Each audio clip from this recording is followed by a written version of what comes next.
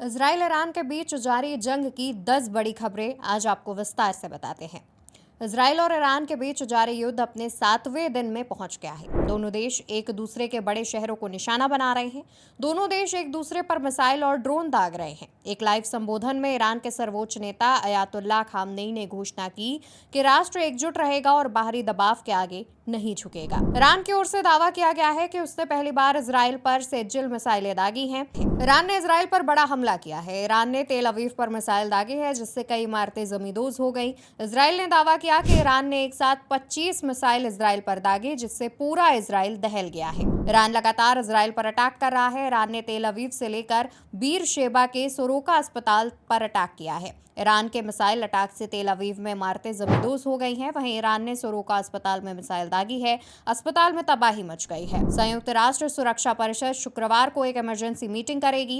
Iran ने बैठक का अनुरोध करते हुए कहा कि इस युद्ध में अमेरिका का सीधा भागीदारी है और इसकी वजह से स्थिति खतरनाक रूप से बढ़ गई है। ट्रंप ने ईरान पर हमले की योजना को निजी तौर पर मंजूरी दी, लेकिन अंतिम आदेश को रोक रखा है। ईरान और इजराइल के बीच युद्ध जारी रहने के कारण राष्ट्रपति ट्रंप कई विकल्पों पर विचार कर रहे हैं। ईरान इजराइल के युद्ध में जल्द ही अमेरिका की एंट्री होने वाली है। अमेरिका ने ईरान पर अटैक करने की तैयारी कर ली है। अमेरिकी अधिकारियों के मुताबिक अमेरिका इस हफ्ते ईरान पर एयर स्ट्राइक कर सकता है। ईरान में 12 घंटों से इंटरनेट पूरी तरह से बंद है। इजराइल ने ईरान पर साइबर अटैक भी किया था। इसकी वजह से इंटरनेट बंद किया गया है।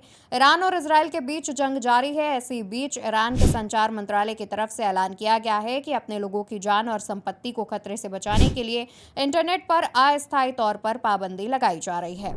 ईरान ने इजराइल पर बैलिस्टिक मिसाइल से हमला कर दिया। इस वजह से देश में सायरन बजने लगे हैं। लाखों इजरायली इस समय शेल्टर की ओर भाग रहे हैं। अमेरिकी राष्ट्रपति डोनाल्ड ट्रंप ने ईरान इजराइल युद्ध को लेकर कहा कि अब हमें ईरान से सीज फायर की जगह पूरी जीत चाहिए और जीत का मतलब है कोई परमाणु हथियार नहीं। उन्होंने कहा, मैं जंग नहीं चाहता, लेकिन अगर जंग और परमाणु हथियार के बीच चुनना हो तो हमें वही करना होगा जो जरूरी है। शायद हमें जंग ना करनी पड़े। ट्रंप ने ईरान को लेकर बड़ा दावा किया। उन्होंने कहा कि वो व्हाइट हाउस में बातचीत के लिए तैयार हैं। हालांकि इस बातचीत के लिए थोड़ी देर हो चुकी है। अमेरिकी राष्ट्रपति ट्रंप ने बुधवार को कहा कि ईरान के इस्लामिक सरकार का पतन जल्द ही संभव है। उन्होंने कहा कि इस संघर्ष पर चर्चा करने के लिए राष्ट्रीय सुरक्षा सलाहकारों के साथ जल्द ही बैठक करेंगे। ये भी दावा किया कि ईरान परमाणु हथियार विकसित करने से कुछ हफ्ते दूर था। उन्होंने कहा कि परमाणु हथियार के खतरे से बचने के लिए युद्ध भी करना पड़ सकता है। तो ये थी इजराइल ईरान के बीच चल रही जंग की 10 बड़ी खबरें। ऐसी ही तमाम खबरों के लिए आप उल्टा चश्मा यूसी को सब्सक्राइब करिए।